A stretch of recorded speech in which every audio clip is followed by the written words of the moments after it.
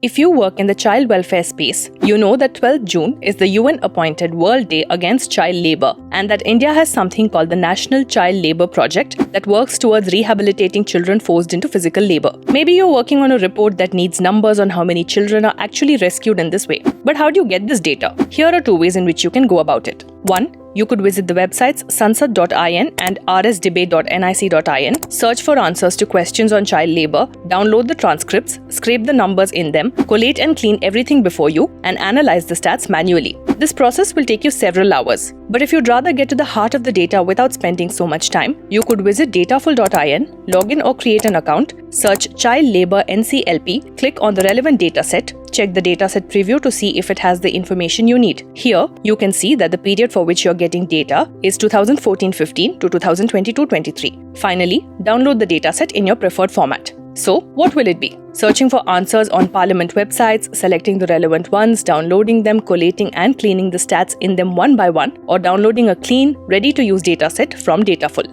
Subscribe to a Dataful plan today and get access to our vast collection of cleaned, ready-to-use datasets across sectors.